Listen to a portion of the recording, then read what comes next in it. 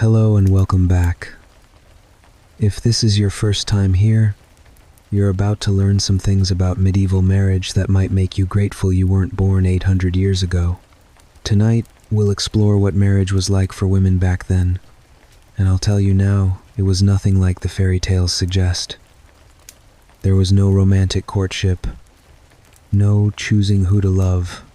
Instead, marriages were often about contracts, family decisions, and expectations that women could not control.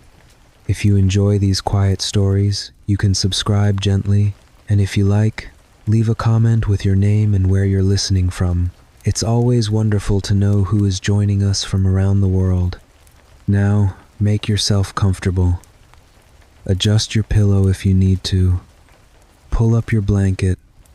Take a slow, deep breath and let your body settle. There's nowhere else you need to be right now, except here, listening. We'll see how marriage worked when love was not part of the equation, when families decided your future, and when till death do us part often came much sooner than anyone hoped. Take another deep breath, let your mind relax, and let's begin this journey together. The most important thing to understand about medieval marriage is this: it wasn't about love. It wasn't about romance. It wasn't about two people choosing each other. It was about obligations, families, and society, and the women had very little say in it. Marriage was a business transaction, a political alliance, an economic arrangement between families, and the woman being married off was not the customer, she was the product. Now, this varied somewhat by class and by century. The Middle Ages lasted roughly 1,000 years, from about 500 CE to 1500 CE. Things changed over that time. Different regions had different customs. But broadly speaking, across medieval Europe, marriage was about property, alliances, and continuing family lines. Love was optional at best, irrelevant at worst. Let's talk about age, because this is where things get uncomfortable by modern standards. Girls were considered ready for marriage once they hit puberty, sometimes even before. The church set the minimum age at 12 for girls, 14 for boys. But this was the minimum. In practice, noble families often betrothed their children much younger, sometimes as infants, with the actual marriage happening later. Peasant girls usually married a bit older, in their late teens or early 20s, because they needed to be old enough to work and contribute to a household. But noble girls, 12, 13, 14 was common, sometimes younger if the political alliance was important enough. And yes, these marriages were consummated. A 12 or 13-year-old girl was expected to have sex with her husband, get pregnant, and bear children. The fact that this was dangerous, that young girls' bodies aren't ready for pregnancy and childbirth, didn't matter. The marriage needed to be sealed. The alliance needed to be secured. The girl's health and well-being were secondary concerns. Let's talk about who decided these marriages. Definitely not the bride. In most cases, not even the groom, though he usually had more say than she did. For noble families, marriages were arranged by fathers, sometimes with input from other male relatives or political advisors. The goal was to secure alliances, merge properties, gain political influence, or settle disputes. Your daughter was a chess piece. You married her to whoever benefited your family most. The girl's opinions were irrelevant. She might meet her husband for the first time on her wedding day. She might have seen him once or twice before, or she might marry someone she'd never seen, never spoken to, knew nothing about except that her father had decided this was happening. For peasant families, there was slightly more flexibility, not because peasants valued their daughters' opinions more, but because there was less at stake politically.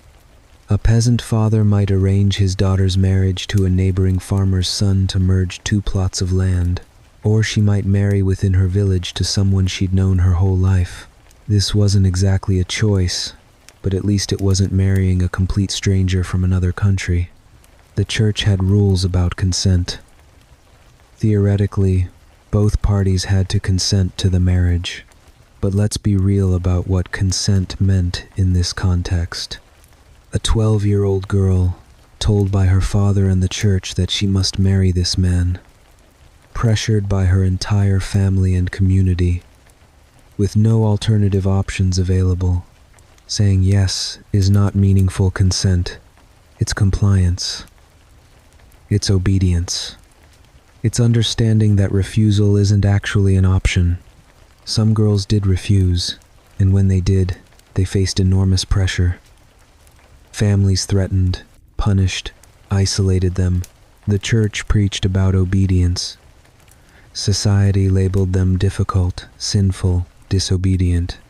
Most girls eventually agreed because the alternative, being disowned, losing all family support, having no place in society, was worse than marrying whoever their father chose. There are stories of noble women who were literally dragged to the altar, forced to speak the vows, married against their will to seal political alliances. These marriages were considered valid as long as the words were spoken, even if they were spoken under duress. The church tried to add some protections. By the later Middle Ages, the church insisted that marriages couldn't be forced, that both parties must consent freely. But enforcement was inconsistent, and even when the church tried to protect women, family pressure usually won. Now let's talk about what a woman gained and lost when she married. She lost her legal identity.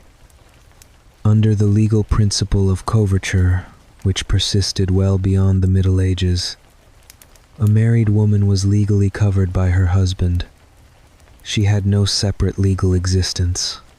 Any property she brought to the marriage became his. Any money she earned was his.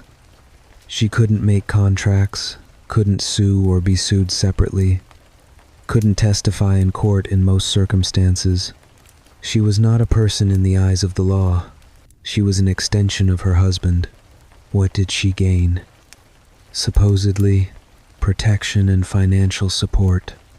A husband was legally obligated to provide for his wife, but this obligation was enforced inconsistently.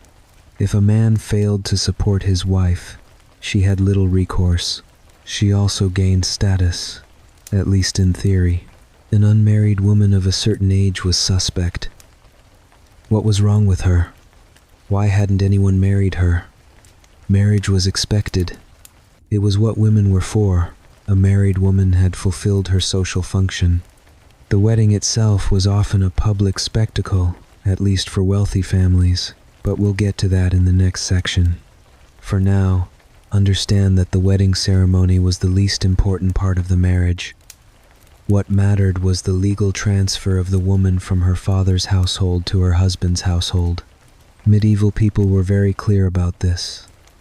The language used was about giving away, transferring, handing over. The woman was given by her father to her husband. She was transferred from one man's authority to another's. She went from being her father's daughter to being her husband's wife, and in both cases, she was subordinate, obedient, legally powerless. Different regions had different marriage customs. In some parts of Europe, the bride's family paid a dowry, money or property given to the groom's family. In others, the groom paid a bride price to the bride's family. Sometimes both happened. The bride brought a dowry, and the groom provided a mourning gift, property given to the bride the morning after the wedding night, theoretically to support her if she was widowed. But notice what all of these customs have in common. Money and property changing hands. Marriage is economic transaction. The woman is valuable property being transferred with appropriate compensation. Love might develop after marriage. Some medieval couples did grow to care for each other. Shared experience, raising children together, years of companionship. These things could create affection, but love was not expected. It was not required. It was a pleasant bonus if it happened, but marriage would continue just fine without it.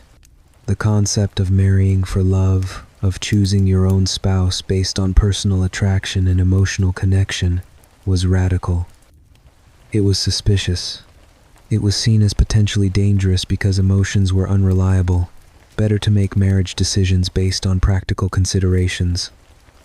Love was for poetry and songs, not real life. There were exceptions. Some lucky women married men who treated them kindly. Some couples did fall in love. Some families allowed their daughters some choice in the matter. But these were exceptions. The standard model was arranged marriage based on family interest, with the woman's preferences being irrelevant. Now, here's something interesting. Before about the 12th century, the church wasn't heavily involved in marriage. Marriage was a private contract between families. You could get married by simply agreeing to be married, exchanging vows in front of witnesses. No priest required. No church ceremony necessary. This is called handfasting or informal marriage, and it was legally valid. If a man and woman said they were married, and witnesses confirmed it, they were married. This actually gave people more freedom in some ways. Young couples could marry without parental permission by simply declaring themselves married, but it also created problems. What if one person later claimed they'd never agreed? What if there were no clear witnesses? What if someone was already married and committed bigamy? The lack of official documentation made disputes hard to resolve. So the church gradually took over marriage, making it a sacrament that required a priest and a formal ceremony. By the 13th century, church weddings were becoming standard, at least for the wealthy. Peasants often still did informal marriages because church weddings cost money. The church's involvement was a mixed bag for women. On one hand, the church tried to prevent forced marriages and child marriages. On the other hand, the church reinforced the idea that wives must obey their husbands, that marriage was permanent with no escape, and that women were subordinate to men by divine order. The church taught that marriage had three purposes. First, procreation, making babies. Second, preventing fornication, better to marry than to burn with lust, as Paul said. Third, mutual companionship, though this was added later and considered the least important purpose. Notice what's not on that list: love, happiness, personal fulfillment. Those weren't considered relevant to marriage. A woman's purpose in marriage was clear: produce legitimate heirs, run the household efficiently, obey her husband, maintain her reputation. Those were her jobs. If she did those things, she was a good wife. Her personal happiness was not part of the evaluation. Medieval literature and sermons are full of instructions for wives. Be obedient. Be quiet. Don't nag. Don't gossip. Be faithful. Be modest. Work hard. The list of expectations was endless, and failure to meet these expectations could result in punishment, which we'll discuss later. Meanwhile, instructions for husbands were simpler. Provide for your wife. Provide for your wife. Don't beat her too severely. That's basically it. The bar for being a good husband was remarkably low. The power imbalance was built into every aspect of marriage. The husband was the head of household. His word was law. His wife, his children, his servants, all were under his authority. A medieval household was a tiny kingdom, and the husband was king. This didn't mean every husband was a tyrant. Many medieval marriages were probably reasonably functional partnerships where the couple worked together to run the household and raise children. But the legal and social structure ensured that if a husband wanted to be a tyrant, he absolutely could be, and his wife had no recourse. Women's legal powerlessness in marriage cannot be overstated. She couldn't own property in her own name, couldn't enter contracts, couldn't control her own money.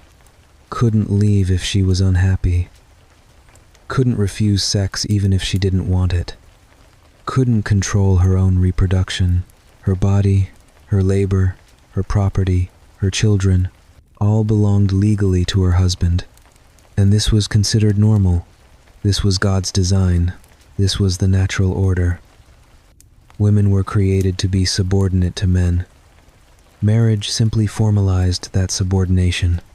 Some women found ways to work within this system, to carve out spaces of influence and autonomy. We'll talk about that later. But the system itself was designed to benefit men and control women. That was the point.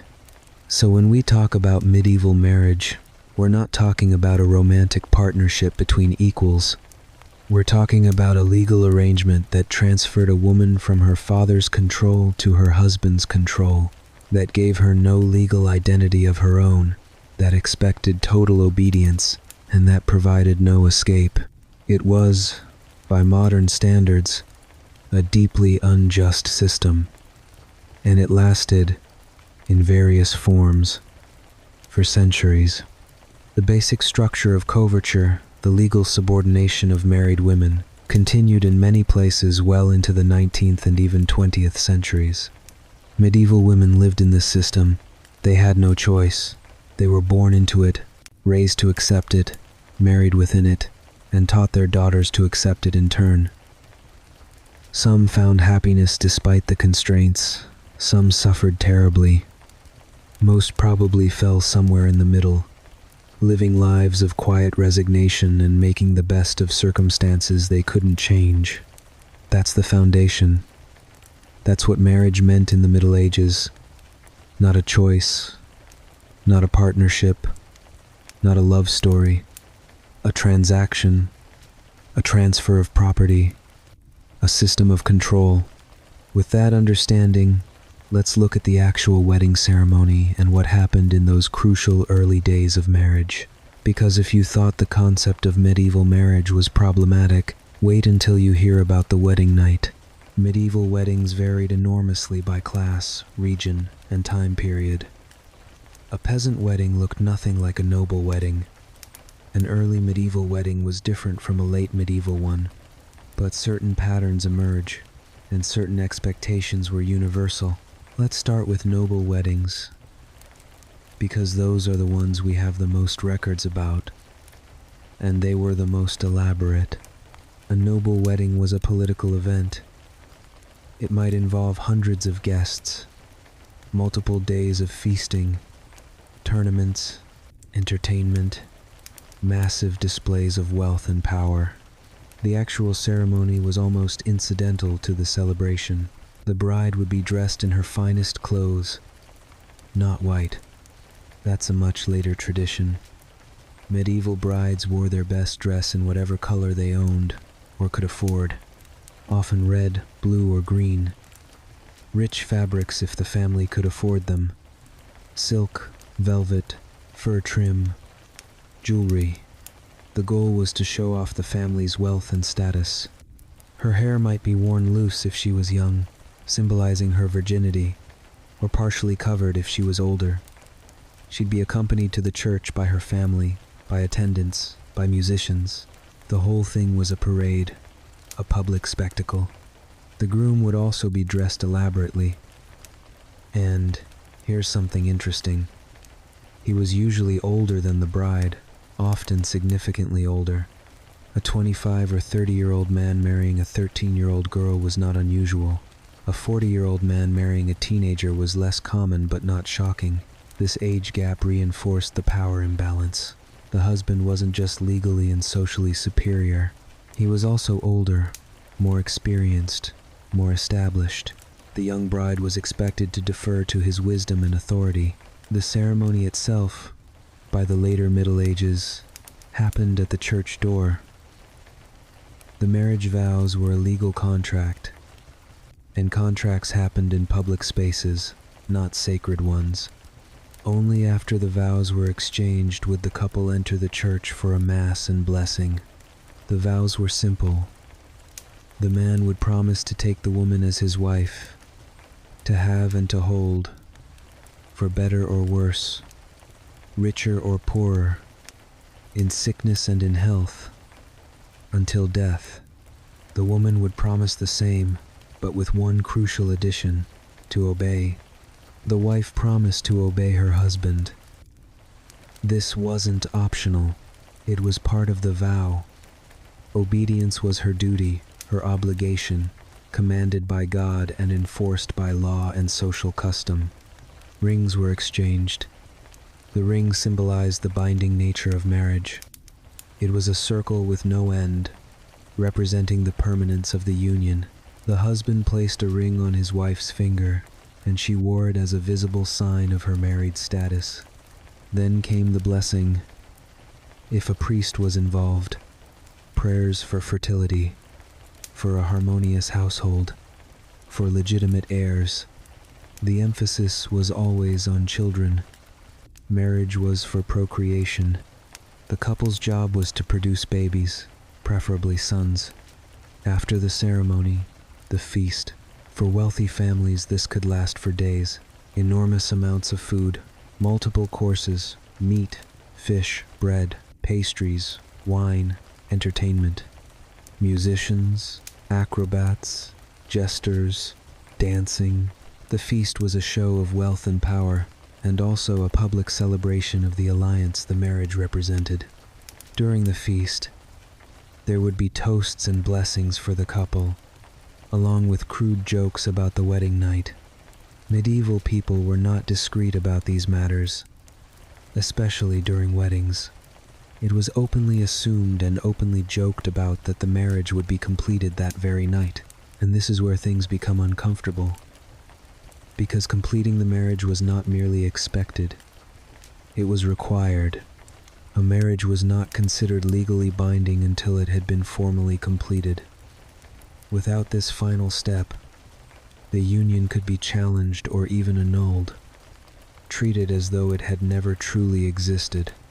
The wedding night, then, was not simply a private moment between two people. It was a legal obligation with real consequences. In noble marriages, this obligation was sometimes reinforced through a formal bedding ceremony. After the feast, guests would escort the couple to their chamber. The bride would be prepared by her female attendants, the groom by his male companions. They would be placed into the bed together while onlookers offered jokes, advice, and blessings. Only after this ritual would the guests finally withdraw, leaving the couple alone to fulfill what society considered the final requirement of marriage. Think about this from the bride's perspective. She was often very young, sometimes 12, 13, or 14 years old. She had just been married to a stranger, or at best someone she barely knew. She'd been displayed before hundreds of people, escorted through public rituals, and prepared for the night by attendants while others looked on. And now she was expected to complete the marriage with a man she had no real relationship with. She was likely frightened. She almost certainly had little understanding of what was expected of her. Formal education about marital relations simply did not exist for most girls. She may have been told only that her duty would be painful and that she was required to endure it. Nothing more. No explanation. No reassurance. The idea that this night might be meaningful or enjoyable for the bride was rarely considered. Her feelings did not factor into the expectations placed on her. What mattered was obedience, completion of the marriage, and fulfilling her role as a wife. If her husband showed kindness, it was a matter of character, not obligation.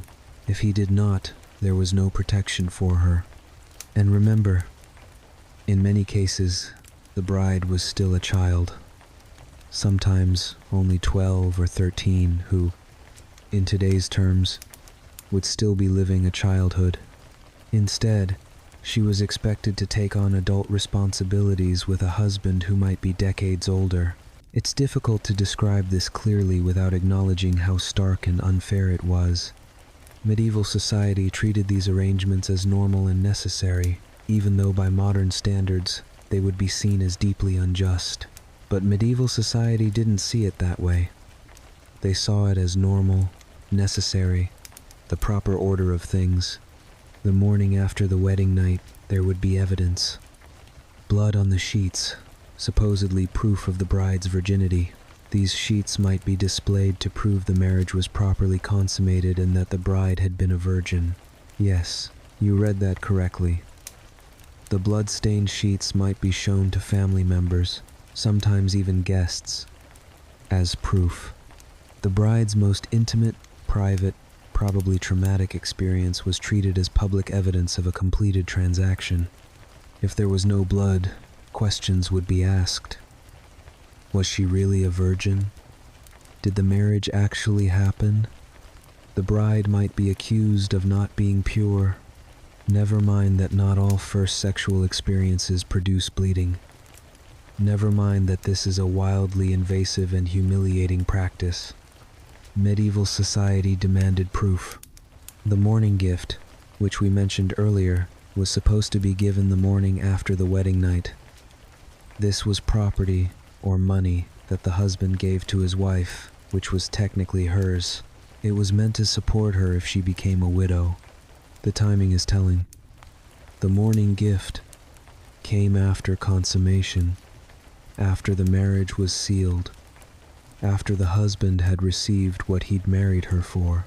Then he'd give her the gift, the security he'd promised. For noble marriages, this morning gift might be substantial. Land, money, jewelry. For peasant marriages, it might be small or non-existent. But the principle was the same. The wife received her settlement after fulfilling her first duty. Now, not all weddings were elaborate affairs. Peasant weddings were much simpler. They might happen at the church door with just a few witnesses, or they might not involve a church at all, just a declaration in front of the community.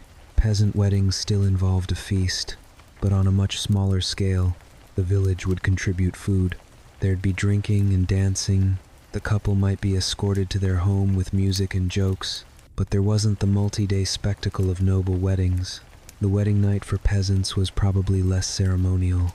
No bedding ceremony with dozens of witnesses. Just the couple going to bed in whatever dwelling they'd set up, which might be a small house, a room in one of their parents' homes, or even just a corner of a larger building. But the expectations were the same. Consummate the marriage.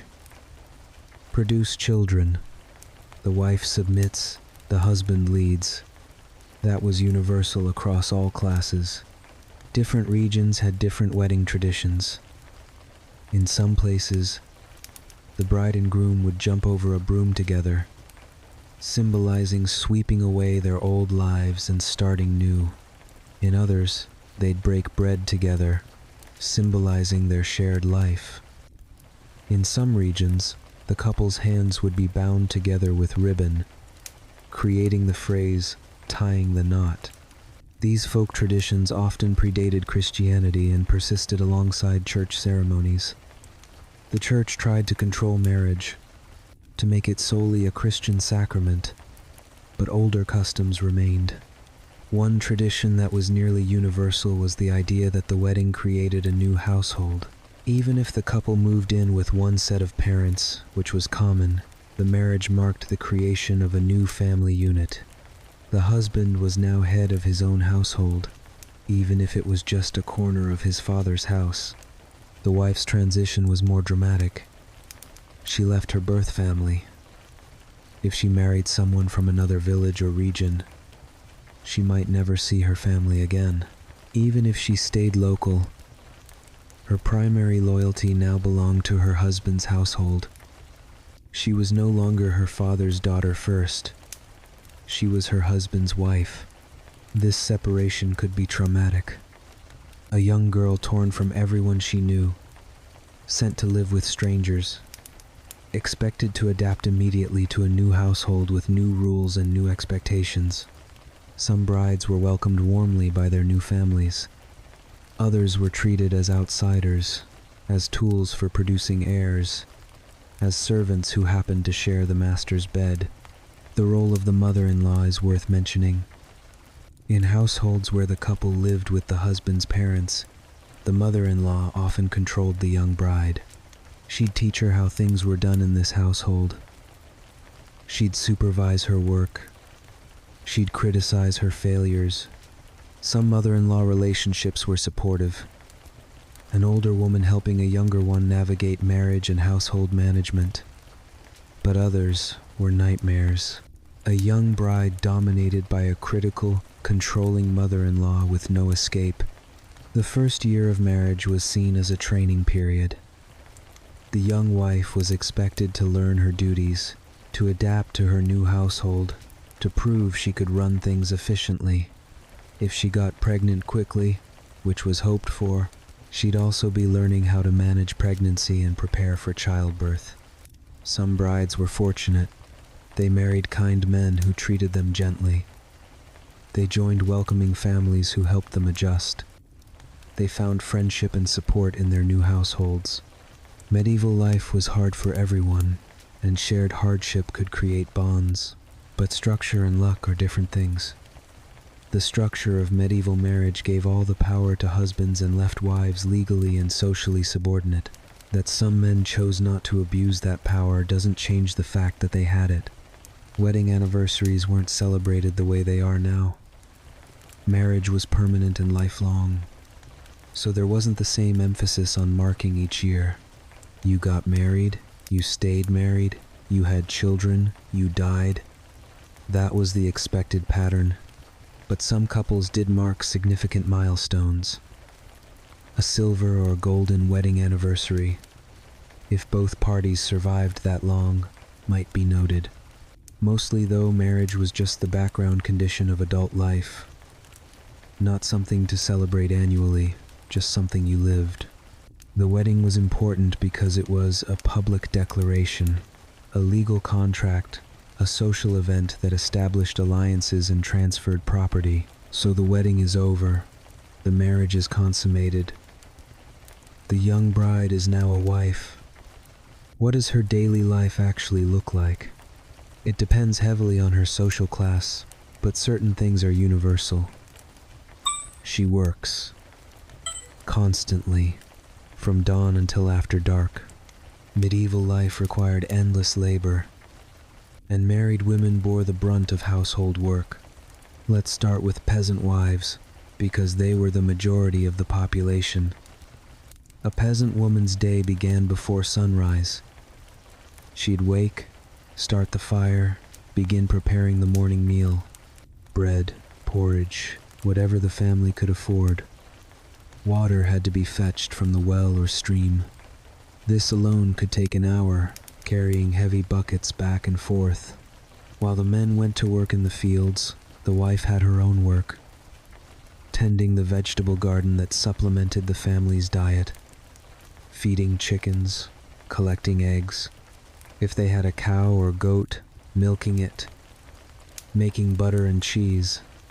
These weren't hobbies. These were survival tasks. Then there was textile work. Spinning thread, weaving cloth, sewing and mending clothes.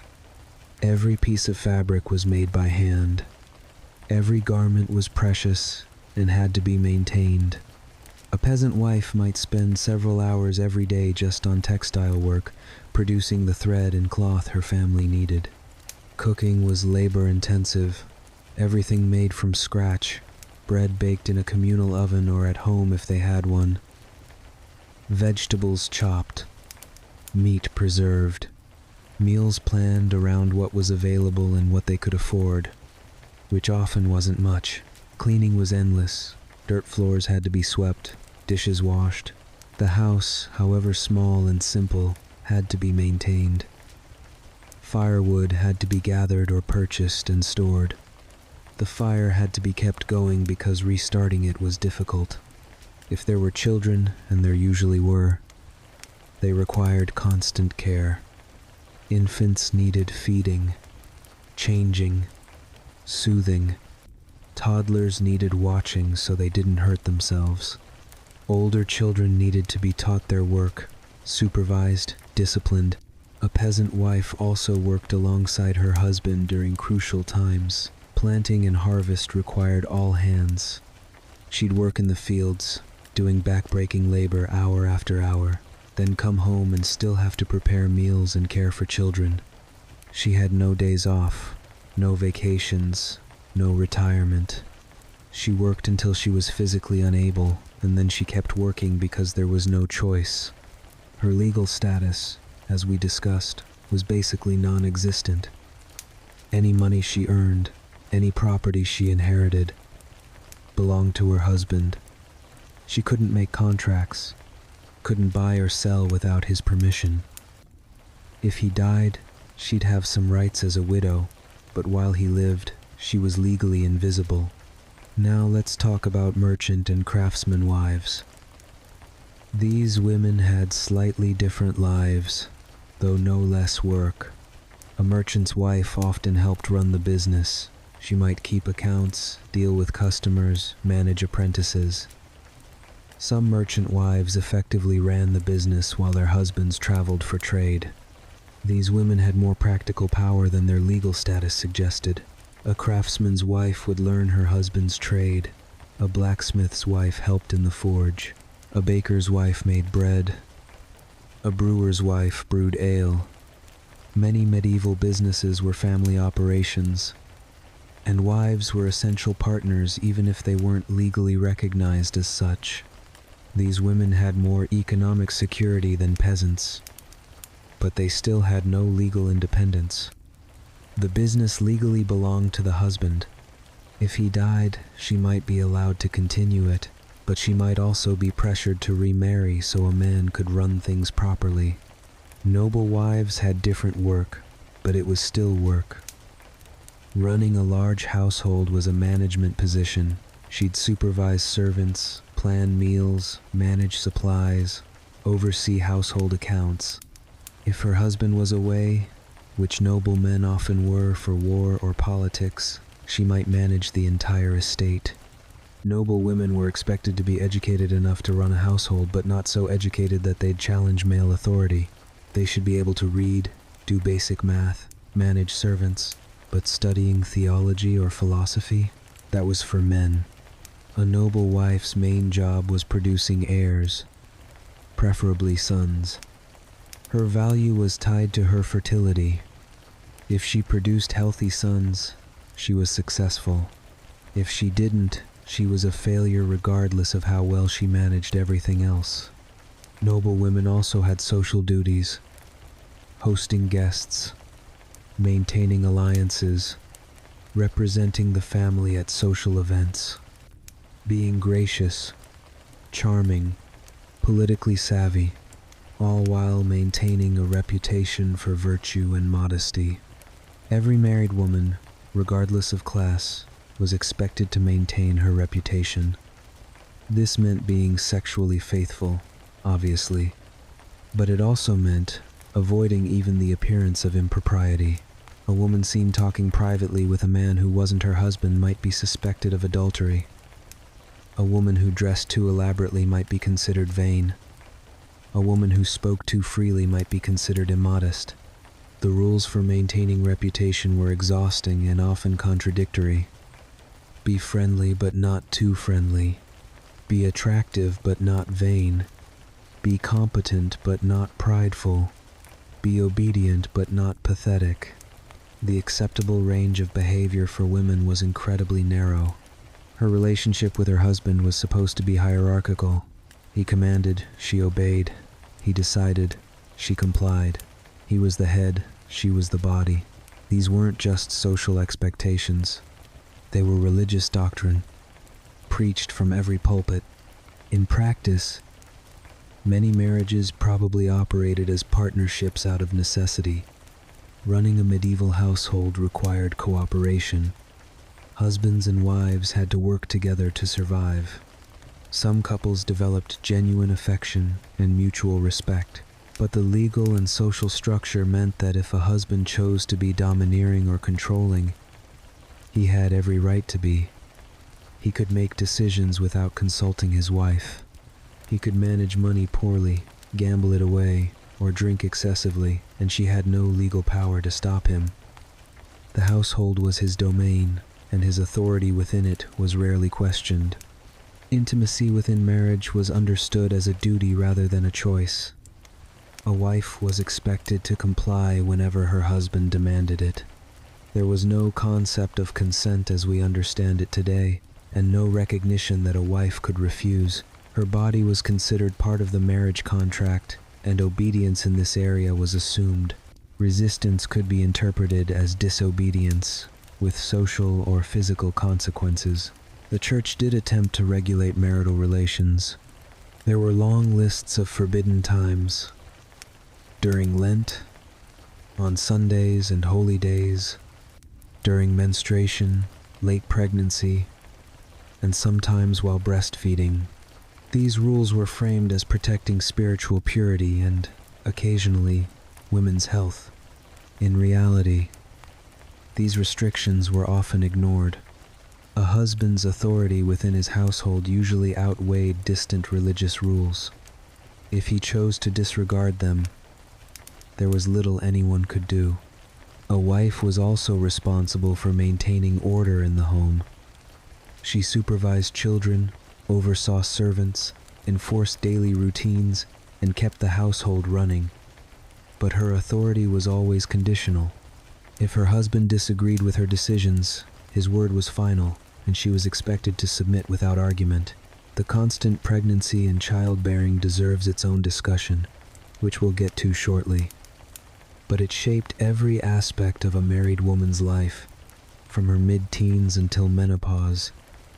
If she survived that long, she was likely pregnant or nursing for most of that time. Let's talk about the different experiences based on whether the marriage was relatively good or relatively bad. Because medieval marriages, like all marriages, varied in quality.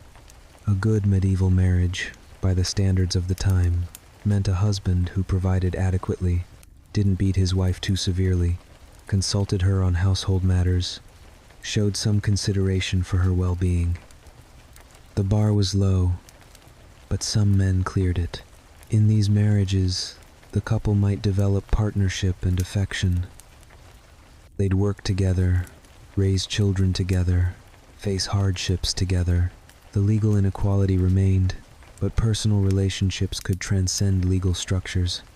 A bad medieval marriage meant a husband who was violent, cruel, unfaithful, or incompetent, who beat his wife regularly, who spent money on drinking and gambling while the family went hungry, who brought home diseases from other women, who made life miserable for everyone in the household, and the wife could do essentially nothing about it. Leaving wasn't an option, which we'll discuss more later.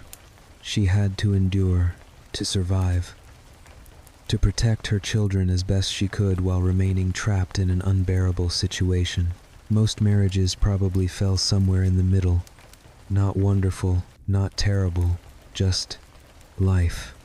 Two people stuck together, making it work because they had to, finding small pleasures and satisfactions where they could.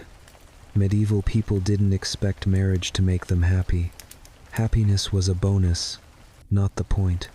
Marriage was duty, obligation, social necessity. You married, you had children, you worked, you died. That was life. The friendships between women were often more emotionally sustaining than marriages. Women worked together, visited each other, supported each other through childbirth and illness and loss. These female friendships were crucial survival networks. The church preached about marriage being a holy sacrament, a reflection of Christ's relationship with the church, but daily reality for most married women had little to do with lofty theology and everything to do with survival, work, and endurance. Some women found genuine joy in motherhood, in managing their households, in the small victories of daily life. Some developed deep love for their husbands despite the inequality. Some created rich inner lives of faith and imagination, but the structure remained oppressive. A woman's options were constrained at every turn. Her legal powerlessness, her economic dependence, her vulnerability to her husband's whims, these were constants regardless of how she personally felt about her situation. And if she couldn't have children, or could only have daughters, or lost multiple children in infancy as many women did, she might be blamed, discarded, or treated as cursed. Her worth was tied to her fertility, and fertility was uncertain and dangerous. Daily life for a medieval wife was work, work, and more work. Physical labor, domestic management, childcare, textile production, food preparation. It was danger during childbirth, which we'll discuss next. It was navigating the narrow, acceptable range of female behavior. It was maintaining reputation, fulfilling duties, obeying authority. Some women transcended these constraints through force of personality or fortunate circumstances, but most didn't. Most lived quiet lives of labor and childbearing, their stories unrecorded, their voices unheard, their contributions to their families and communities essential but taken for granted. That was daily life. That was marriage. Now let's talk about what was probably the most dangerous and defining aspect of a medieval wife's existence: pregnancy, childbirth, and the endless cycle of both. Medieval people understood that sex caused pregnancy, but their understanding of the mechanics was limited and often wrong. They knew that sex led to babies approximately 9 months later, but the details of conception, fertilization, and fetal development were mysterious. Some medieval physicians believed both men and women produced seed, and that both seeds had to mix for conception. Others believed only men produced seed, which grew in women's wombs like plants in soil. Both theories were wrong, but they shaped how people thought about reproduction.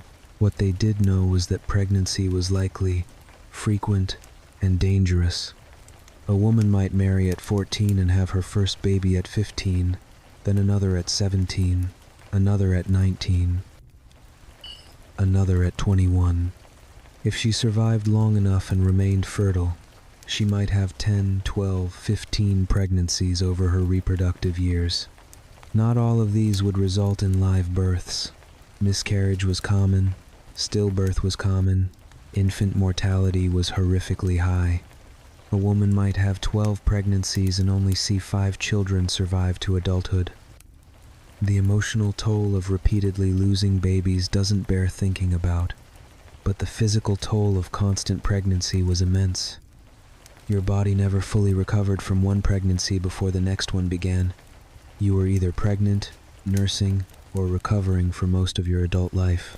The strain on your body was relentless. Let's talk about how medieval people understood pregnancy. They recognized the signs: missed menstruation, morning sickness, the growing belly, movement of the baby. Midwives could estimate how far along a pregnancy was based on belly size and quickening when the mother first felt the baby move. They had pregnancy tests, though these were nonsense. The urine tests we talked about in the childbirth video, involving seeds or other indicators, had no scientific basis. But they tried. Pregnant women were supposed to be careful, avoid heavy lifting, eat well if they could afford to. Avoid shocking sights or strong emotions, which were believed to mark the baby. A pregnant woman who saw a rabbit might give birth to a child with a hair lip, or so people believed. These superstitions shaped how pregnant women were treated. At the same time, they were expected to keep working because economic reality didn't pause for pregnancy. A peasant woman pregnant with her 5th child still had to tend the garden, fetch water, cook meals, care for her other children. Her pregnancy was acknowledged, but it didn't excuse her from her duties. For wealthy women, pregnancy meant more rest and protection. They might withdraw from public life in the later months. They'd be attended by servants who'd take over more of their duties, but they were still expected to produce healthy children, preferably sons. The church had rules about sex during pregnancy. In theory, sex should stop once a pregnancy was confirmed to avoid harming the baby. In practice, many couples probably ignored this. A husband had rights to his wife's body, pregnant or not. Sex was also supposed to be avoided while a woman was breastfeeding, which could last 2 years or more. The belief was that sex would spoil the breast milk or cause a new pregnancy that would harm the nursing infant. This belief was partly correct. Pregnancy can affect milk supply, but not for the reasons they thought. But again, these religious teachings were often ignored. Women were getting pregnant while nursing all the time. The reality was that women had very little control over when and whether they became pregnant. There was no reliable contraception.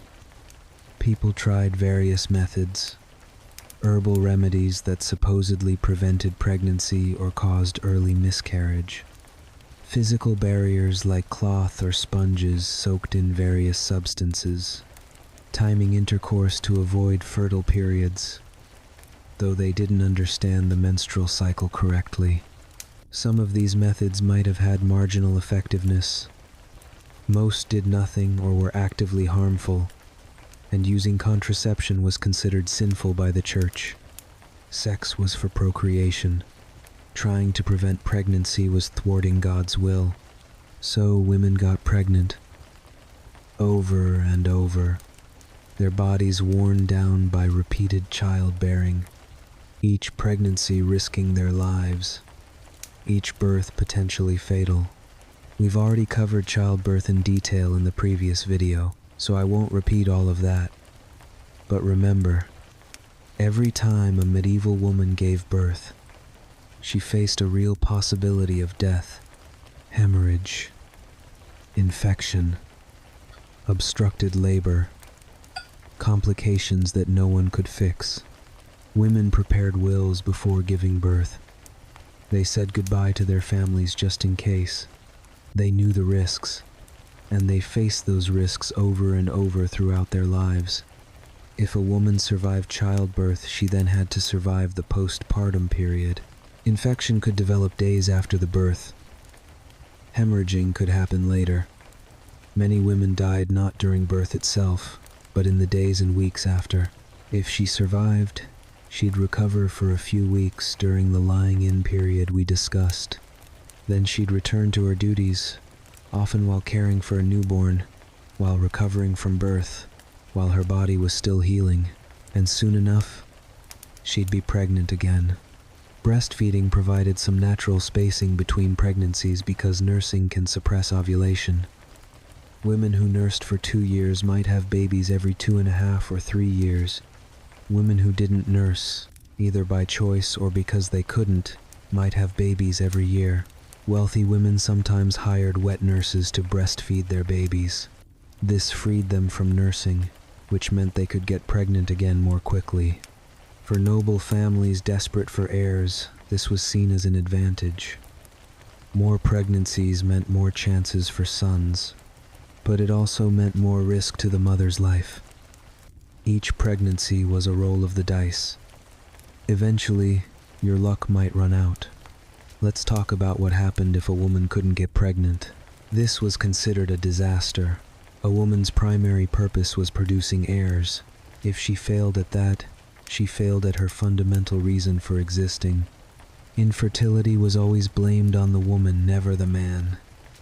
If a couple couldn't conceive, clearly something was wrong with her womb, her humors, her moral character.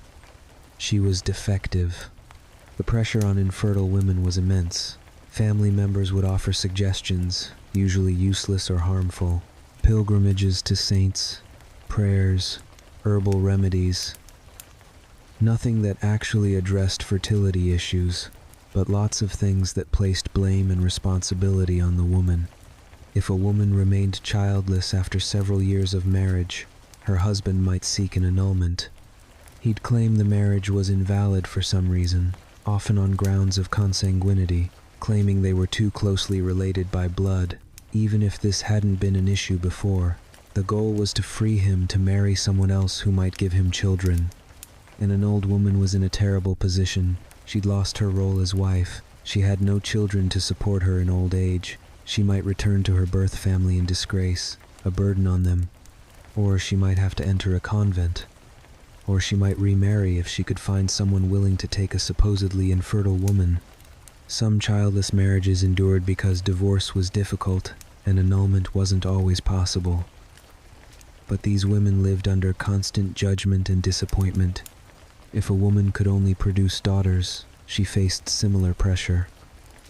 Daughters had value, certainly. They could be married off to create alliances. But sons were preferred. Sons carried on the family name. Sons inherited. Sons were what every noble family desperately wanted. A woman who had 6 daughters and no sons was considered unlucky at best, cursed at worst. Her husband might take a mistress in hopes of proving the problem was with his wife, not him. He might seek an annulment if politically possible.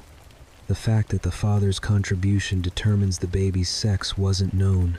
People assumed the woman was doing something wrong, producing defective female children instead of valuable male ones. Some women did produce the desired sons.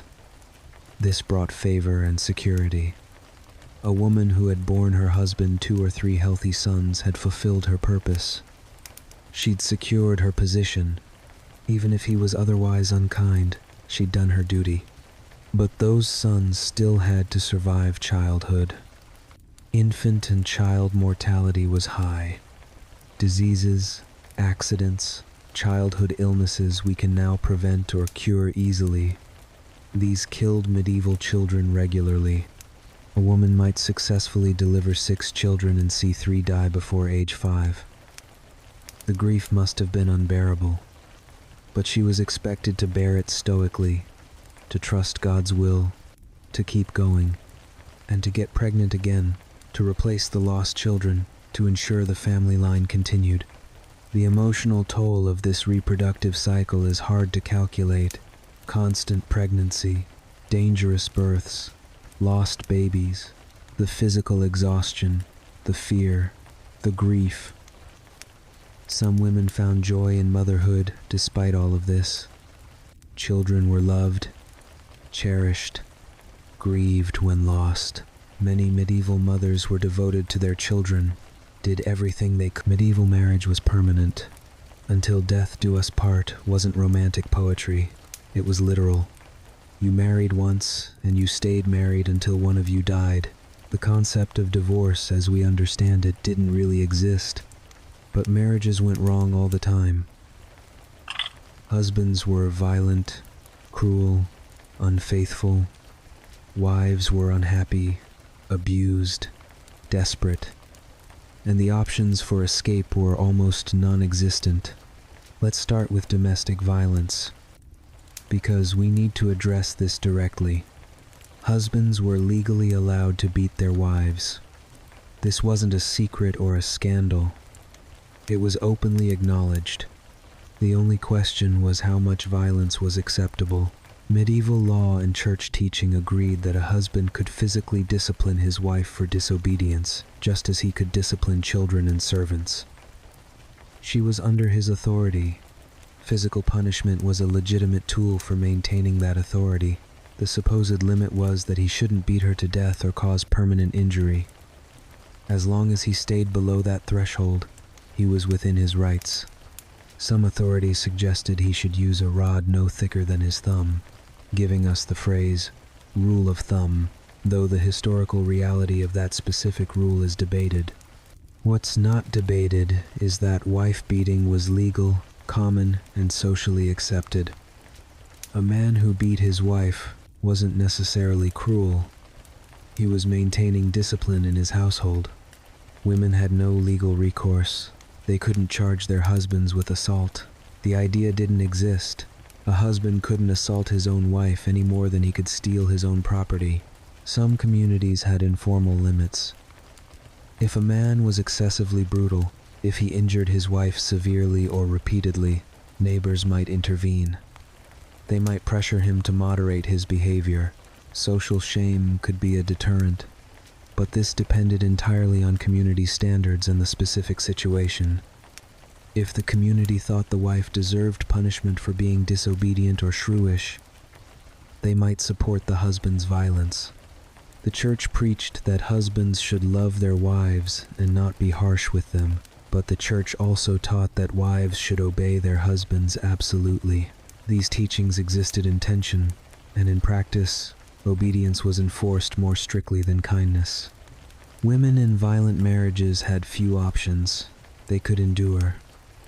They could try to appease their husbands. To avoid triggering violence, they could seek help from family, though families might pressure them to submit and endure rather than causing scandal. They could flee, but fleeing was dangerous and often futile. Where would they go? Back to their birth family, if the family would take them, which meant admitting failure and living as a shameful burden. To a convent, if they could afford it, and if the convent would accept them.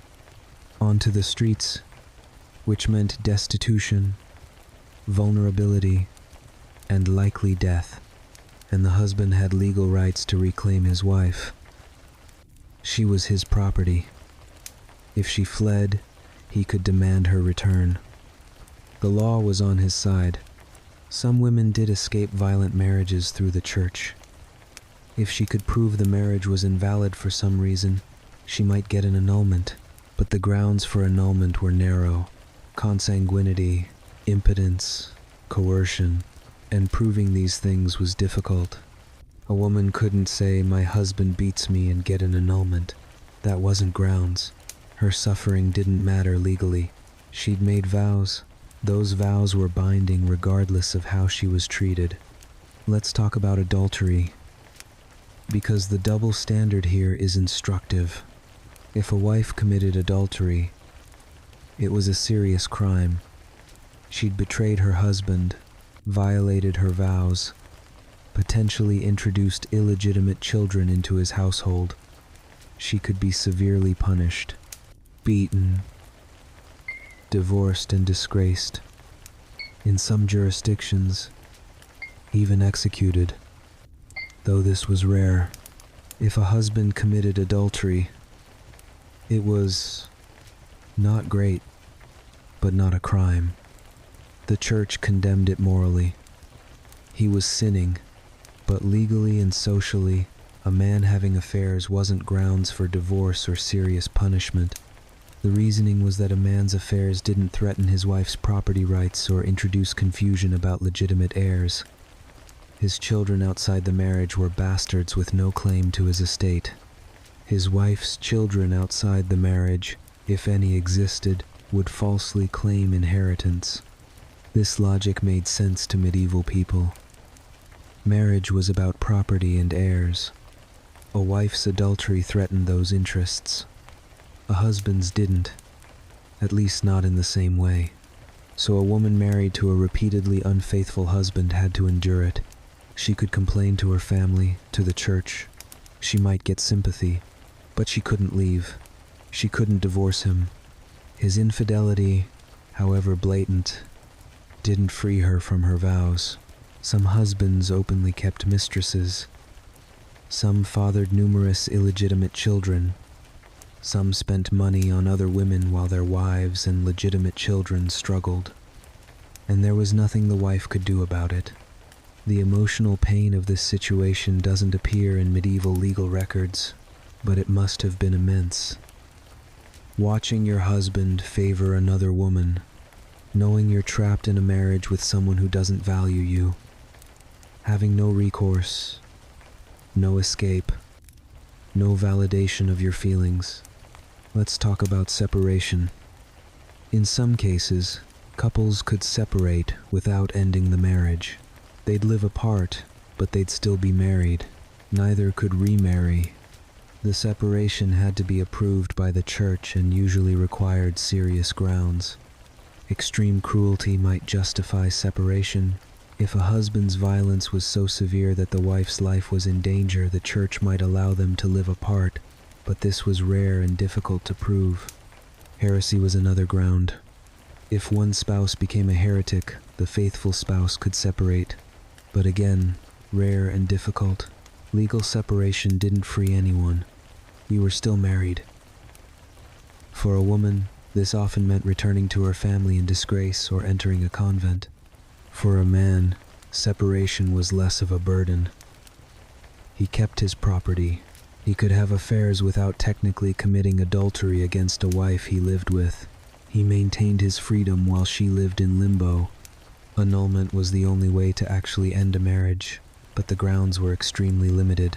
The marriage had to have been invalid from the start. Consanguinity. One party already being married to someone else. One party being impotent. Coercion that prevented true consent. One party being below the minimum age. Proving these grounds was difficult. Consanguinity was the most commonly used because medieval nobility were all somewhat related if you traced family trees far enough. A husband desperate to end his marriage might discover, conveniently, that his wife was his fourth cousin, which the church had forbidden. But this required church approval, sometimes papal approval. It required witnesses, investigation, legal proceedings. It wasn't quick or easy, and it was expensive, putting it out of reach for most people. For women seeking annulment, the burden of proof was even higher. She'd need to show the marriage was invalid from the start. Her unhappiness, her suffering, her husband's violence or adultery, none of these were grounds. So most women in bad marriages simply endured. They stayed. They survived. They found coping mechanisms, small rebellions, sources of support, but they stayed. The most common escape from a bad marriage was death. And given medieval mortality rates, death often came relatively quickly. If you married at 15, you might be widowed by 30, or you might die yourself in childbirth, escaping that way. Widowhood was complicated, but for some women, it was liberating. Let's talk about what happened when a husband died. A widow had more legal rights than a married woman. She could own property, make contracts, run a business. She was no longer under coverture. She became a legal person again. A widow also received the mourning gift her husband had given her, plus sometimes a portion of his estate, though inheritance laws varied by region and time period. Sons usually inherited most property, but widows often got a life interest in some portion, enough to support themselves. Young, wealthy widows were often pressured to remarry quickly. They were valuable.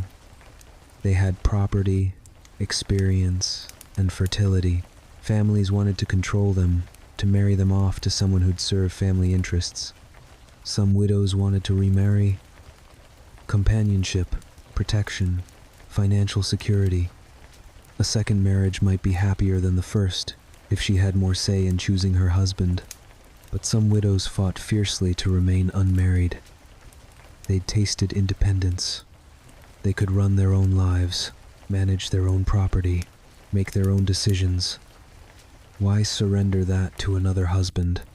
Medieval records show many widows negotiating to avoid remarriage, paying fines to the crown or their feudal lords for the right to stay single, fighting off pressure from families and suitors. Older widows were less pressured to remarry. They were past childbearing age. They weren't as valuable on the marriage market. They could often live out their lives as widows, managing their property, supporting themselves, sometimes wielding considerable economic power. Some widows entered convents after their husbands died. This was respectable. They'd fulfilled their duties as wives and mothers. Now they could dedicate themselves to religious life. Many convents were filled with widows who brought their wealth with them. Widowhood could be the best part of a medieval woman's life. Finally free, finally autonomous, finally able to make decisions. It's telling that many women preferred widowhood to remarriage, despite the financial and social pressures to remarry. But not all widows were fortunate. Poor widows with children to support and no property to sustain them faced desperate poverty. They might become servants, beggars, dependents on charity. Widowhood without resources was precarious. The fact that so many women saw widowhood as preferable to marriage tells you something about how bad marriage could be. Freedom from a husband, even freedom that came with challenges, was worth fighting for. Medieval marriage trapped women. It gave them no escape from violence, no recourse against adultery, No way out of misery except death. The system was designed to keep women subordinate, obedient, and controlled. Some women survived. Some even thrived within these constraints. But the constraints were real, oppressive, and inescapable for most women. We've painted a pretty grim picture of medieval marriage, and for most women, it was grim. But history is never entirely uniform. There were exceptions, variations, and spaces where women found power and autonomy despite the system's constraints. Let's start with merchant wives. Because they had unusual opportunities, merchant families needed both partners to work the business. While the husband traveled to trade fairs, negotiated with suppliers, and managed long-distance transactions, the wife ran the shop or workshop at home. She dealt with local customers, managed employees, kept accounts, maintained inventory. This wasn't just helping out, this was running a business. Many merchant wives were skilled businesswomen who understood trade, finance, and negotiation. If the husband died, she might continue running the business herself, something that was much harder in other contexts. Medieval cities often had guilds, professional organizations that regulated trades. Some guilds allowed widows to continue their husbands' businesses and maintain guild membership. A few guilds even admitted women as full members, not just as widows but as craftswomen in their own right. Women worked in various trades. Silk making was often women's work. Brewing ale was almost exclusively women's work until the late Middle Ages. Some women were shopkeepers, moneylenders, textile merchants. They weren't equal to men legally or socially, but they had economic roles that gave them practical power. Noble women who managed estates while their husbands were away also wielded considerable power. A lady of the manor might oversee hundreds of workers, manage agricultural production, handle legal disputes, make financial decisions. She did all of this in her husband's name. But the practical reality was that she was running things. Some noble women were quite ruthless and effective administrators. They had to be. Managing a medieval estate required intelligence, decisiveness, and the ability to command respect from male subordinates who might resent taking orders from a woman. When the husband returned, she was supposed to defer to his authority again. But years of running things independently must have made some women unwilling to simply step back. History records numerous conflicts between husbands and wives over estate management and decision-making. There's also the interesting case of queens and noble women who ruled in their own right or as regents for underage sons. These women wielded genuine political power. They made decisions that affected kingdoms. They commanded armies, negotiated treaties, managed finances. Eleanor of Aquitaine is a famous example. She was Queen of France, then Queen of England. She ruled as regent when her son Richard was away on crusade. She lived to be 82, an astonishing age for the time, and wielded power for decades.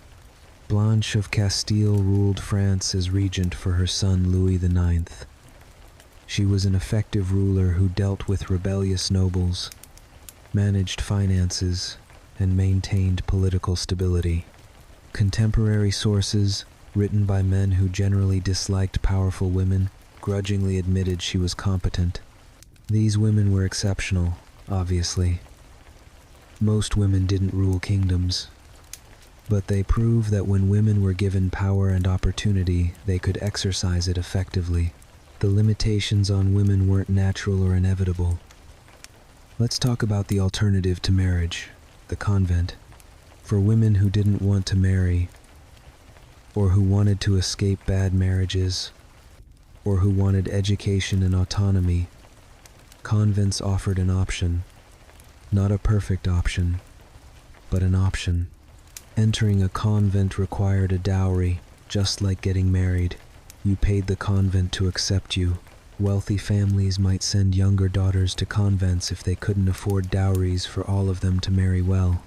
Life in a convent meant following strict rules, attending religious services, doing assigned work, but it also meant community with other women, potential for education, and freedom from the dangers of pregnancy and childbirth.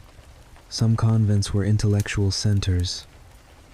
Nuns copied manuscripts, studied theology, wrote poetry and music.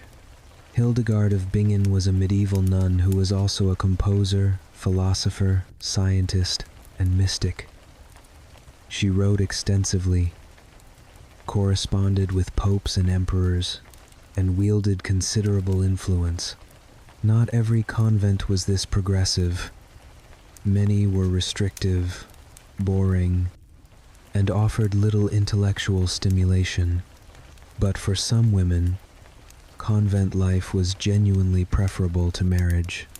No husband to obey, no constant pregnancy, time for reading, prayer, and contemplation. The church was ambivalent about women who chose religious life over marriage. On one hand, virginity and religious dedication were praised. On the other hand, women were supposed to fulfill their natural role as wives and mothers. A woman choosing the convent over marriage was somewhat suspect unless she had a genuine religious calling, but it provided an escape route, not accessible to all women, certainly.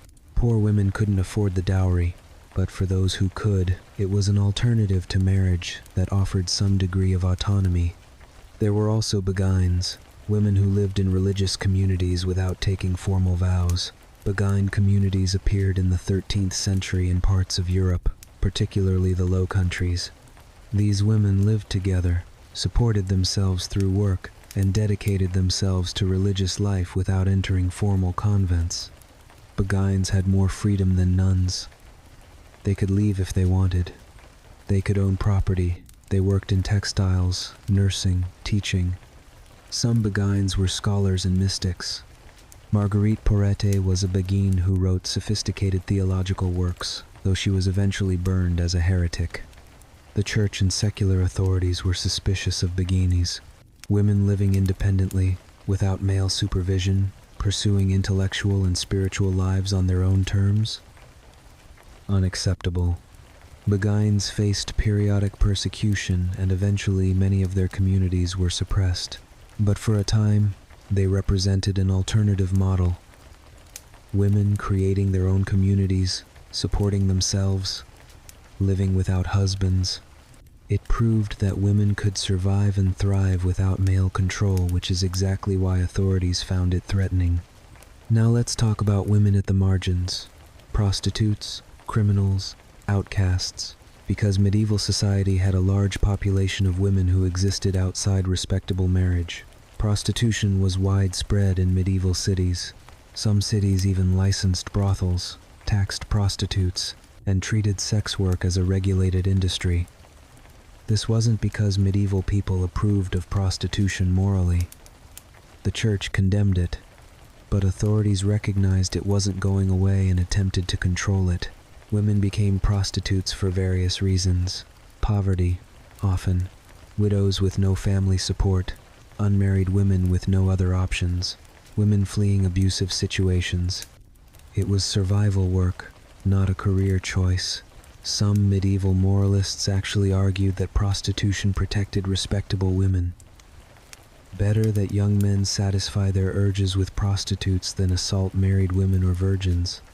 This logic treated prostitutes as a necessary evil, a buffer protecting women who mattered. Prostitutes had no legal protections. They could be robbed, beaten, killed with little consequence. They were socially shamed even as society used their services. They were simultaneously necessary and despised. Some women were labeled prostitutes simply for being sexually active outside marriage. A woman who had affairs. A woman who lived with a man without marrying him. A woman who dressed immodestly. She might be called a whore even if she never sold sex. The label was a tool of control. It marked women as outside respectable society, justifying violence and discrimination against them. There were also female criminals, thieves, con artists, occasional murderers, women who survived on the edges of society through illegal means. Medieval criminal records mention women less frequently than men, but they're there. These women existed outside the marriage system entirely. They had no husbands, no families, no respectable place in society. They survived however they could. Let's talk about regional variations. Because medieval Europe was diverse and marriage customs varied. In Scandinavia, women had somewhat more rights than in other parts of Europe.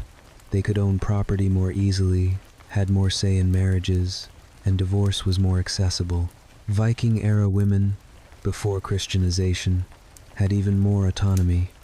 In southern Europe, particularly in Mediterranean regions, women were often more restricted. Seclusion of women, restricted movement, emphasis on female chastity and modesty. Marriage customs reflected these stricter norms. In England, the common law tradition developed coverture explicitly. The legal doctrine that married women were covered by their husbands and had no separate legal existence. This became the model for English colonies, including eventually America. In some regions, arranged marriages were nearly universal across all classes. In others, couples had more say, particularly among peasants where political alliances weren't relevant. Cultural diversity meant women's experiences varied, but certain themes remained consistent. Male authority, female subordination, marriage as economic and political arrangement, women's lack of legal autonomy. Now, as we wind down this long journey through medieval marriage, let's reflect on what this all means. For about 1,000 years, across medieval Europe, women lived in a system that treated them as property. Their marriages were arranged by others. Their bodies were controlled by their husbands. Their children belonged legally to their husbands. They had no legal identity separate from the men who controlled them. This wasn't ancient history. This was how things worked for the majority of European history. The effects persist. Many modern marriage traditions derive from medieval practices. Walking a bride down the aisle, giving her away. These customs come from literally transferring property from father to husband. The expectation that wives will take their husbands' names comes from the same source. The wife's legal identity was subsumed into the husband's. She became Mrs. John Smith, not even keeping her own first name and formal address. Until shockingly recently, married women in Europe and America couldn't own property, couldn't open bank accounts, couldn't get credit cards without their husband's permission. Coverture persisted legally into the 20th century in some places. Marital rape wasn't recognized as a crime in all U.S. states until 1993. Think about that. Until 1993. Some American states still held that a husband had unlimited rights to his wife's body, just as medieval law had held. The legacy of medieval marriage persists in how we think about relationships, gender roles, family structures, the idea that men should be heads of households, that women should obey their husbands, that marriage is primarily about children and property. These ideas have medieval roots. Looking back at medieval marriage is uncomfortable because it forces us to confront how recently women were openly treated as subordinate beings without full personhood or rights. But it's also useful. Understanding how marriage worked in the past helps us see how it's changed and how it might continue to change. Marriage isn't a fixed, eternal institution ordained by nature. It's a social construct that has looked radically different at different times and places. Medieval marriage served the purposes of medieval society.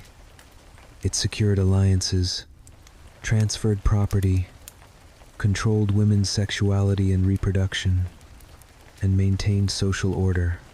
It worked for those purposes, even if it was miserable for many women trapped within it. Modern marriage, in places where women have legal equality, looks very different. Partners choose each other. Both parties consent freely. Both have legal rights. Both can leave if the marriage becomes unbearable. Marriage is supposed to be about love, companionship, mutual support. We haven't achieved perfection. Domestic violence still exists. Economic inequality affects relationships. Divorce, while legal, can be financially devastating, particularly for women. Cultural expectations about gender roles persist, but the legal framework is different. Women are persons under the law. Marriage is a contract between equals, at least in theory. That's a profound change from medieval norms. Medieval women survived and endured. Some found happiness. Some found power. Some created rich lives within severe constraints. They were not just victims. They were people, navigating the circumstances they lived in, making choices from limited options, loving their children, supporting their friends, finding meaning where they could. Their experiences matter. Their stories, mostly unrecorded, matter. The centuries of women who lived, worked, gave birth, and died within the medieval marriage system, they matter. Even though we don't know their names, even though their individual stories are lost, collectively they were the majority of humanity, living lives that were often hard, constrained, and brief. And they made it through. They survived. They raised children who survived. They passed down knowledge, culture, traditions. They did the work that kept society functioning. They were the foundation on which everything else was built. Medieval marriage was deeply flawed, often cruel, systematically unjust. But the women who lived within it were not defined only by their oppression. They were complex human beings with inner lives we can barely imagine, with joys and sorrows, with strengths and weaknesses, with everything that makes us human. As you drift towards sleep tonight, think about those women. Think about how far we've come and how recently. Think about how human nature remains constant even as social structures change. Think about survival, endurance, and the small victories that make life bearable. Medieval marriage was what it was, flawed, human, shaped by its time. The women who lived it did what they had to do. They survived. They loved when they could. They endured when they couldn't. And life went on. Generation after generation. Until finally, slowly, things began to change. Not quickly enough. Not universally, but change came. May we continue to change. May we continue to question traditions that harm. May we continue to expand freedom and justice. May we honor the women of the past who had no choices by ensuring that women of the future have many. Sleep well. Rest deeply. Let history wash over you like a gentle wave, distant enough to be peaceful, close enough to remember. Dear listener, rest knowing that despite everything, despite all the injustice and hardship of the past, humanity persists. We adapt. We survive. We slowly, painfully make things better. Good night.